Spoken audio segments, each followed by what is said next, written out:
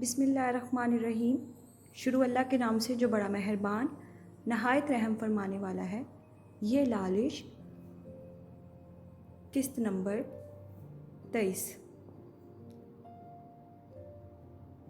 جلال اس وقت ڈیرے پر موجود تھا۔ اس کے سامنے ہمیشہ کی طرح کوئی مجرم بیٹھا تھا جس نے یقیناً کوئی ایسا گناہ سر انجام دیا تھا جس کی سزا بہت بڑی تھی۔ وہ اسے گردن سے دبوچے مار رہا تھا جب ہی اس کے ڈیرے کے باہر پولیس جیپ آ رکی اور پھر 4 کانسٹیبلز کے ساتھ ایک آفیسر خاکی وردی پہنے اندر ڈیرے کی جانب بڑھا۔ جلال کے دوسرے ہاتھ میں گن تھی جس سے اب وہ اس مجرم کو شوٹ کرنے ہی والا تھا، مگر اس آفیسر نے تیزی سے اندر داخل ہوتے جلال پر گن تان لی اور اس کے پیچھے کھڑے ملازمین نے بھی۔ ٹھہر جائیے سردار صاحب۔ جلال جو بے حد طیش میں اس آدمی کو پیٹ رہا تھا، اس خلل پر سرخ سنہری نظروں کا زاویہ بدلا اور وہ قاتل آنکھیں اب اس آفیسر پر مرکوز ہوئیں۔ پھر جھٹکے سے اس کی گردن چھوڑتے وہ اپنے اشتعال کو قابو کرتے مکمل اس پولیس والے کی جانب متوجہ ہوا۔ اس کے سامنے کون کھڑا تھا اس سے وہ انجان نہیں تھا۔ بلا شبہ وہ گرم خون والا کھر دماغ حد سے زیادہ ایماندار آدمی ایس پی اسد یار ہی تھا۔ پچھلے مہینے ہی وہ شہر کے قریب تھانے میں تعینات ہوا تھا اور صرف جلال پر ہی کام کر رہا تھا۔ جلال کی سرد نظریں اس کے وجود کے آر پار ہوئیں اور اس سرد پن کو اپنی ہر رگ میں برداشت کرتے اس کی مضبوط آواز ڈیرے میں گونجی۔ سردار جلال خان، میں آپ کو تالپور کے مدرسہ کے قاری صاحب کو مارنے کے جرم میں گرفتار کرتا ہوں۔ میرے پاس آپ کے اریسٹ وارنٹ ہے۔ جہاں اس کے اس جملے پر جلال کے لبوں پر تبسم بکھرا تھا، وہیں خاور مشتعل ہوتے اس کی جانب بڑھا، مگر جلال نے ہاتھ کے اشارے سے اسے روک دیا۔ مزید تحقیقات کے لیے آپ کو ہمارے ساتھ چلنا ہوگا۔ امید کرتا ہوں آپ کوآپریٹ کریں گے۔ ایس پی اسد یار نے ہتھ کڑی جلال کے سامنے لہرائی۔ ضرور بچے۔ جلال نے نرمی سے اس 27 سالہ بہادر آفیسر کو دیکھا، جبکہ دوسری جانب بچہ کہنے پر اس کا چہرہ باعث تضحیک لال پڑ گیا تھا۔ ہتھ کڑی لے کر وہ اس کے پاس آیا۔ جلال نے مسکراتے ہوئے اپنی دونوں مضبوط کلائیاں اس کے آگے کیں۔ سائیں، اس منظر پر خاور تڑپا تھا، مگر جلال کی سنجیدہ نظریں دیکھتا مزید کچھ کہہ نہ سکا سوائے خاموش رہنے کے۔ وہ اپنا فرض نبھا رہا ہے، خاور تم بھی نبھاؤ۔ جاتے ہوئے بس اس نے اتنا کہا تھا اور خاور سمجھ گیا تھا کہ اسے آگے کیا کرنا ہے۔ جلال ان کی جیپ میں سوار ہوا اور وہ صبر سے انہیں جاتا دیکھتا رہا۔ اس کے بعد اس نے جیب سے فون نکال کر کسی کو کال ملائی تھی۔ 2 گھنٹے کی مسافت طے کرتے وہ اسے شہر کے تھانے لے آئے تھے۔ ایس پی میز پر بیٹھا کسی درخواست پر کچھ لکھ رہا تھا اور پھر اس نے وہ کاغذ اپنے سامنے بیٹھے جلال کی جانب بڑھایا۔ اس پر دستخط کر دیں، اس نے حکمیہ کہا۔ جلال نے شفیق آنکھوں سے اسے دیکھا تھا جس میں اسے معراج نظر آ رہا تھا۔ دوسری طرف اسد یار یہ سمجھ نہیں پا رہا تھا کہ آخر وہ کیوں اتنے بڑے عہدے کا مالک ہوتے ہوئے بھی اس جیسے کرمنل سے نظر نہیں ملا پا رہا، اور اس کی نظریں اسے جنگل میں غراتے کسی شیر کی طرح جلال سے بھری ہوئی معلوم ہو رہی تھیں۔ حالانکہ وہ اس سے بہت نرمی سے برتاؤ کر رہا تھا، مگر کیوں وہ اسے اپنا اصلی رنگ نہیں دکھا رہا تھا؟ اس کی نظر میں ایک قاتل عاجز ہو ہی نہیں سکتا تھا۔ ضرور اس نے اپنے چہرے پر یہ نقاب چڑھا رکھا تھا جسے وہ اتار کے پھینک دینے کا خواہاں تھا، اور یہ اس کی جلال سے بدگمانی کی انتہا تھی۔ اس پر لکھا ہے کہ آپ اپنے تمام جرم قبول کرتے ہیں اور آپ کو عوام کے سامنے چوک میں ایک مجرم کی لاش لٹکانے کی کڑی سزا دی جائے گی۔ آپ اس طرح سے گاؤں کے معصوم اور کم پڑھے لکھے لوگوں میں یوں خوف و ہراس نہیں پھیلا سکتے۔ جلال خاموشی سے اسے سنتا رہا اور پھر اس نے وہ کاغذ لے کر اس پر دستخط کر دیے۔ وہ اس خاموش طوفان کو حیران پر حیران ہوتا دیکھ رہا تھا۔ بہت کچھ سن رکھا تھا اس نے اس کے بارے میں، تو پھر وہ کیوں کوئی رد عمل نہیں دے رہا تھا؟ اس سوچ میں گم وہ جلال کو یک ٹک تکے جا رہا تھا۔ تبھی سب کانسٹیبل الرٹ ہوئے تھے اور پیر زمین پر مارتے کسی کو سلیوٹ کرنے لگے۔ ایس پی نے پیچھے مڑ کر دیکھا تو اور کوئی نہیں کمشنر صاحب تھے۔ وہ فوراً سیدھا ہوا اور ان کے قریب آتے انہیں سلیوٹ کیا۔ سر، ایس پی تمہارا دماغ خراب ہو گیا ہے؟ 1 مہینہ ہوا ہے تمہیں یہاں تعینات ہوئے اور تم اتنے بڑے فیصلے لینے لگے؟ تمہاری ہمت کیسے ہوئی سردار سائیں کو یہاں لانے کی؟ کمشنر صاحب آتے ہی اس پر برس پڑے اور تیزی سے جلال کی جانب آئے اور معافی مانگتے ہتھ کڑی کھولنے لگے۔ میں بہت شرمندہ ہوں سردار سائیں، مجھے معاف کر دیں۔ سر، یہ آپ کیا کر رہے ہیں؟ منہ بند رکھو۔ یہاں سے بھی ٹرانسفر کروانا چاہتے ہو کیا؟ انہوں نے پلٹ کر دانت پیستے کہا۔ اسد یار بلبلایا تھا۔ جس شخص کو حراست میں لینے کے لیے ثبوت جٹاتے اسے 1 مہینہ لگ گیا تھا، وہ آتے ہی اسے آزاد کر رہے تھے۔ جلال کی ہتھ کڑی کھولتے ہوئے ایک بار پھر معافی مانگنے لگے۔ اسد یار کو لمحے بھر کے لیے شبہ ہوا تھا کہ اس کے سامنے کھڑا خاکی وردی پہنے، وہ ڈھیروں میڈل سینے پر لگائے آدمی آخرکار کمشنر ہی ہے نا، یا پھر کوئی عام شہری؟ میں نے پہلے دن ہی تم سے کہا تھا جلال پور اور 21 گاؤں میں سردار جلال کی حکومت ہے، ہمیں وہاں جانے کی اجازت نہیں۔ لگتا ہے تمہیں اپنی نوکری پیاری نہیں ہے۔ مگر سر، شٹ اپ! وہ مجبوراً سیدھا ہو کر کھڑے ہو گیا۔ جانتے ہی کیا تم ان کے بارے میں اور یہاں کے قانون کے بارے میں؟ سر، میں نے انہیں ابھی ابھی دیکھا ہے، یہ اس آدمی کی جان لینے والے تھے۔ وہ بے بسی سے بولا۔ تم جانتے ہو اس آدمی نے کیا کیا ہے؟ سر، اس کے لیے قانون ہے، انہیں سزا ہم دیں گے، ان کا یہ کام نہیں ہے۔ اچھا، تو لاہور میں تم اس ڈرگ سمگلر منسٹر کے بیٹے کو کیوں سزا نہیں دلوا پائے تھے، جو تمہاری آنکھوں کے سامنے باعزت بری ہو کر چلا گیا تھا؟ اور تو اور جو کالج میں اس کمسن بچی کے ساتھ زیادتی ہوئی تھی، اس پر تم کچھ کیوں نہیں کر سکے تھے؟ الٹا جب آواز اٹھانے کی کوشش کی تو تمہیں یہاں بھیج دیا گیا۔ اسد یار نے تکلیف سے سر جھٹکا تھا۔ مگر یہ پنجاب نہیں ہے، یہاں ان کی حکومت ہے، اور ان کے ہوتے ہوئے کسی کے ساتھ ناانصافی نہیں ہوتی، نہ ہی کسی مظلوم کا خون رائگا جاتا ہے۔ جو کام قانون نہیں کر سکتا وہی کام کرنے کے لیے یہ موجود ہے۔ اس نے جلال کی جانب اشارہ کیا۔ اور جس آدمی کو بچا کر تم انہیں یہاں لے کر آئے ہو، جانتے ہو اس آدمی نے کیا کیا ہے؟ اس آدمی نے اپنی معصوم 18 سالہ بہن کا بے دردی سے قتل کیا ہے تاکہ اسے باپ کی جائیداد میں حصہ نہ دینا پڑے۔ اسد یار کی آنکھوں میں تکلیف ابھری تھی اور اسی درد بھری نظروں سے اب اس نے پیچھے موجود جلال کو دیکھا تھا، جو پرسکون بیٹھا ان کی گفتگو سن رہا تھا۔ اور وہ قاری صاحب جن کی لاش چوک میں ٹانگی گئی تھی، کیا تم نے یہ نہیں پتہ لگایا کہ ایسا کیوں کیا گیا تھا؟ جو پچھلے ہفتے ہی زندگی اور موت سے لڑتا جان کی بازی ہار چکا ہے۔ اب کی بار اسد یار نے زور سے آنکھیں میچ کر اپنی کن پٹی کو انگلیوں میں دبوچا تھا، یعنی وہ مزید یہ سننے کی سکت نہیں رکھتا تھا۔ ہمارے پیروں میں قانون کے نام پر وہ بیڑیاں اور ہاتھوں میں وہ کڑیاں ہیں جس کے باعث ہم کٹ پتلیوں کی طرح صرف وہی کرتے ہیں جس سے قانون کو فائدہ ہوتا ہے، عام انسان کو نہیں۔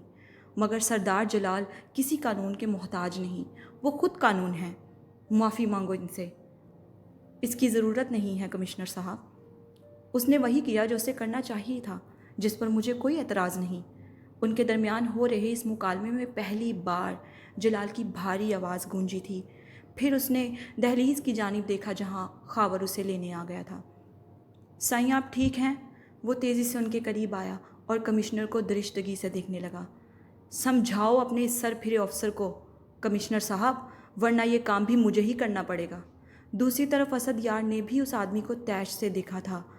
ان دونوں شیروں کو یوں آمنے سامنے ایک دوسرے کو گھائل نظروں سے دیکھتے دیکھ جلال مبہم ہوا اور اس نے خاور کو پرسکون کرتے ہوئے کہا، میں ٹھیک ہوں خاور، تمہیں مجھ پر یقین نہیں ہے کیا؟ سائیں، کیسی باتیں کر رہے ہیں آپ؟ چلو چلتے ہیں۔ جی چلیں، گاڑی تیار ہے۔ وہ دونوں باہر کی جانب بڑھے۔ اسد یار کی نظروں نے دور تک اس شخص کا پیچھا کیا تھا۔ کیا اب بھی دنیا میں ایسے لوگ موجود تھے جو انصاف کا ساتھ دینے والوں میں سے تھے؟ کوئی شخص جو چل بھی نہیں سکتا تھا، اس کی اتنی دہشت، اتنا روب، دبدبہ کیسے ہو سکتا تھا؟ وہ کتنا پاورفل تھا، شاید مجرموں کا ساتھ دینے والوں سے بھی زیادہ۔ اگر ایسا تھا تو ایک جلال جہانگیر خان تو پاکستان کے ہر شہر میں ہونا چاہیے تھا، تاکہ کہیں بھی کسی پر بھی کبھی بھی کوئی ظلم نہ ڈھایا جا سکے۔ خاور ڈرائیو کر رہا تھا۔ وہ لوگ جلال پور کے راستے میں تھے، شام ہونے والی تھی۔ آج ان کا پورا دن سفر میں ہی گزر گیا تھا۔ جلال پیچھے سیٹ پر بیٹھا فون میں مصروف تھا جب فرنٹ مرر سے اسے دیکھتے خاور نے کہا، سائیں ڈونر مل گیا ہے، آپ جرمنی کب جائیں گے؟ جلال نے اسکرین سے نظریں ہٹائیں اور اسے دیکھا۔ ابھی سے ملتوی کر دو، حتمن کہتے وہ دوبارہ فون میں مصروف ہو گیا۔ خاور نے تعصب سے گہری سانس لی۔ وہ دن کب آئے گا جب وہ شخص اپنے لیے کچھ کرے گا؟ وہ سوچ کے رہ گیا۔ کس دن وہ خود کے لیے وقت نکالے گا، خود سے محبت کرے گا؟ انہی سوچوں میں گم وہ دیکھ نہ سکا کہ ان کی گاڑی گھیر لی گئی ہے اور وہ اطراف سے گولیوں کی ضد میں آئے تھے۔ پلیز نجمہ آپا جانے دینا مجھے، قسم سے 8 بجے سے پہلے واپس آ جاؤں گی پلیز۔ کچن میں کام کرتی نجمہ آپا کے پیچھے پیچھے پھرتے اجالا ان سے منتیں کر رہی تھی کہ اسے چوری چھپے ملکہ کی برتھ ڈے پر جانے دیا جائے۔ میں نے کبھی ایسی پارٹی نہیں دیکھی، اور وہاں ویسے بھی صرف لڑکیاں ہی تو ہوں گی، پھر کیا مسئلہ ہے؟ پیر زمین پر پٹکتی وہ ہر ممکن کوشش کر رہی تھی کہ وہ مان جائیں۔ ہرگز نہیں، میں ایسا نہیں کر سکتی۔ خان بابا کو پتہ چل گیا تو نوکری سے نکال دیں گے، اس لیے مجھے معاف کرو اور اپنے کمرے میں جاؤ۔ پلیز نجمہ آپا، اللہ آپ کے بچوں کو لمبی عمر دے، جانے دینا مجھے۔ جواباً انہوں نے ششدر ہوتے اس الڑ لڑکی کو دیکھا تھا اور اس کے جڑے ہاتھوں کو بھی۔ لگتا ہے تم ایسے نہیں مانو گی، میں ابھی خان بابا کو فون لگاتی ہوں۔ اور ان کی دی دھمکی خوب کام آئی تھی، جس سبب وہ فوراً لائن پر آئی۔ ٹھیک ہے، آپ تو برا ہی مان گئی، میں جا رہی ہوں، کوئی ضرورت نہیں اپنے خان بابا کو فون کرنے کی۔ ناک چڑھا کر کہتے وہ خفاصی کچن سے باہر نکل گئی، اور جا کر تو وہ ہر حال میں رہے گی یہ وہ سوچ چکی تھی۔ سب سے پہلے تو وہ اپنے کمرے میں گئی اور سیاہ رنگ کی فراک پہن کر آئی اور آئینے کے سامنے کھڑی ہو گئی جس میں وہ بے حد حسین لگ رہی تھی۔ پھر ہلکا پھلکا میک اپ کرتے وہ مکمل تیار تھی۔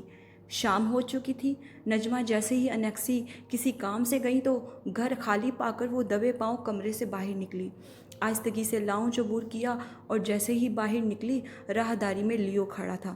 اجالا نے اسے دیکھ کر فوراً ہونٹوں پر انگلی رکھ کے اسے خاموش رہنے کو کہا۔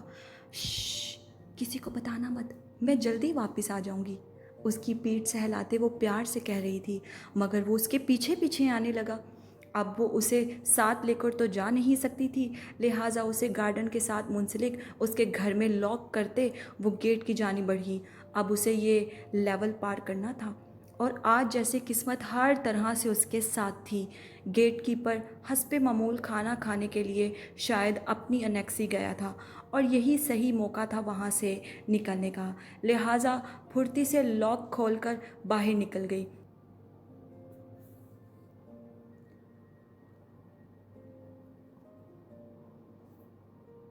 اور باہر ہی ملکہ ڈرائیور کے ساتھ اپنی گاڑی میں موجود اس کا انتظار کر رہی تھی۔ اجالا نے چہک کر اسے دیکھا اور تیزی سے دوپٹہ شانوں پر درست کرتے گاڑی کے پاس آئی۔ وعدہ کرو 8 بجے سے پہلے مجھے گھر چھوڑ دو گی؟ ہاں وعدہ، چلو جلدی بیٹھو۔ دروازہ کھول کر وہ بیٹھ گئی اور وہ سب وہاں سے روانہ ہوئے۔ یہ سفر اس کی زندگی کا کتنا تکلیف دہ سفر ہو سکتا تھا وہ جانتی نہیں تھی۔ اسے گئے 1 گھنٹہ بیت چکا تھا۔ نجمہ رات کا کھانا لے کر کمرے میں آئیں مگر وہ موجود نہیں تھی۔ اس کے بعد انہوں نے پورا گھر چھان لیا مگر وہ کہیں نہیں ملی۔ دل نے کسی انہونی کے گھٹنے کا احساس دلایا تو کیا وہ واقعی چوری چھپے وہاں چلی گئی تھی؟ دل پر ہاتھ رکھتے وہ ہانپتی ہوئی لاؤنج میں لگے ٹیلی فون کی جانب آئیں اور دبیر کو کال کرنے لگیں۔ دوسری جانب سے فون چھوٹتے ہی وہ خوف زدہ سی اسے سب بتا گئیں۔ دبیر جو شہر کے قریب تھا اس کال پر مضطرب سا دوڑا چلا گھر آیا تھا، اور آتے ہی سب سے پہلے اس نے گیٹ پر موجود گارڈ کو پیٹا تھا، کیونکہ بقول دبیر کہ یہ سب اسی کی غفلت کا نتیجہ تھا۔ خان بابا یقین کرے میں بس بچوں کو کھانا دینے گئی تھی، اور جب واپس آئی تو وہ اپنے کمرے میں نہیں تھی۔ میں نے اسے بہت سمجھایا تھا مگر ایسا سوچا بھی نہیں تھا کہ وہ اکیلی چلی جائے گی۔ انہیں سنتا بے قراری سے لاؤنج میں چکر کاٹتا وہ بار بار اپنے فون کو دیکھ رہا تھا۔ اس نے کالج ریکارڈ سے ملکہ کے گھر کا ایڈریس منگوایا تھا جس کا انتظار بہت کٹھن تھا۔ پھر تقریباً 5 منٹ میں اس کا فون تھر تھرایا تھا اور ایک نوٹیفیکیشن اسے موصول ہوئی تھی، اور اگلے لمحے وہ طیش زدہ سا خان حویلی سے نکلا تھا۔ نجمہ نے شدت سے دعا کی تھی کہ وہ صحیح سلامت انہیں مل جائے۔ دبیر کے حکم کے خلاف وہ اس پارٹی میں آ تو گئی تھی مگر اب یہاں آ کر اسے پچھتاوے کے علاوہ اور کچھ محسوس نہیں ہو رہا تھا۔ یہ پارٹی جیسا اس نے سوچا تھا اس سے قطعی مختلف تھی۔ اس کے کالج کی وہ تمام لڑکیاں جو اسے اچھی لگتی تھیں اس وقت سلیو لیس گاؤن اور منی اسکرٹس پہنے ہوئی تھیں۔ کسی نے چست فش لباس پہن رکھا تھا تو کسی نے فحاش سٹائل کی پینٹ شرٹ۔ یہ بیسمنٹ نما چھوٹا سا گھر جسے ملکہ اپنا فارم ہاؤس بتا رہی تھی آدھے سے زیادہ اندھیرے میں ڈوبا ہوا تھا، اور وہاں رنگ برنگی سپوٹ لائٹس کے علاوہ اور کوئی روشنی نہیں تھی۔ اجالا ایک طرف رابعہ کے ساتھ صوفے پر بیٹھی تھی۔ تم نے بتایا نہیں وہ ہینڈسم مین کون تھا جس نے سمر کو مارا تھا؟ ویسے حیرت کی بات ہے کسی نے سمر جاوید پر ہاتھ اٹھایا ہے اور پہلی بار اس پر کوئی ایکشن نہیں لیا گیا۔ لگتا ہے بہت پہنچی ہوئی ہستی ہے وہ شخص جس نے جاوید انکل کو چپ کرا دیا۔ رابعہ دلچسپی سے دبیر کا ذکر کر رہی تھی، جبکہ اجالا کا دھیان سامنے ملکہ کی جانب تھا جو اپنی دوسری دوستوں کے ساتھ تیز بیٹ پر ڈانس کر رہی تھی۔ ہے میں تم سے بات کر رہی ہوں، بتاؤ نا کیا لگتا ہے وہ تمہارا کزن یا منگیتر؟ اس سے تمہارا کوئی واسطہ نہیں ہے رابعہ، اجالا نے سنجیدگی سے جواب دیا، جس پر اس نے آنکھیں گھماتے منہ بگاڑا۔